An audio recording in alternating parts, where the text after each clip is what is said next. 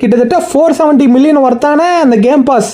So அந்த game பாஸோட value வந்து 470 million. நம்ம ஆஃபர் பண்ணுறது என்னமோ லிட்ரலி 200 மில்லியன் அதுக்குள்ளே தான் வரும். ஸோ இதை வச்சு தான் நம்ம வந்துட்டு வாங்க போகிறோம் நம்ம 2x மாஸ்டரி. பாருங்கள், ஸோ இவன் தான். ஸோ இவன் வந்து கரெக்டாக அன்றைக்கி நைட்டு இல்லை கிட்டத்தட்ட ஒரு 12 மணி இருக்கும் கைஸ். ஸோ அந்த 12 மணி டைமில் இந்த மாதிரி ட்ரேடு இருக்கா இல்லைன்னு பார்த்துட்டு இருந்தேன். ஸோ இவனாக வந்து டேரெக்டாக டீம் பண்ணு அப்படின்னு சொன்னால், ஸோ உனக்கு மெசேஜ் பண்ணேன். சரி ஓகே உனக்கு தரேன் நான் 2x மாஸ்டரி, நீ எனக்கு வந்து 8 கிளேசியர் ஈகிள் அப்புறமா ஒரு கிராவிட்டி ஷேடோ மட்டும் போதும் அப்படின்னா, சரி நமக்கு வந்து ஒரு பெரிய டபிள்யூ. அவனுக்கு வந்து இது பெரிய லாஸு.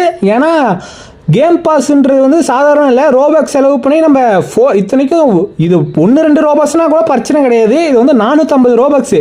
ஸோ 450 ரோபாக்ஸ் கொடுத்து எவனா ஒருத்தன் வாங்குவானா அதை.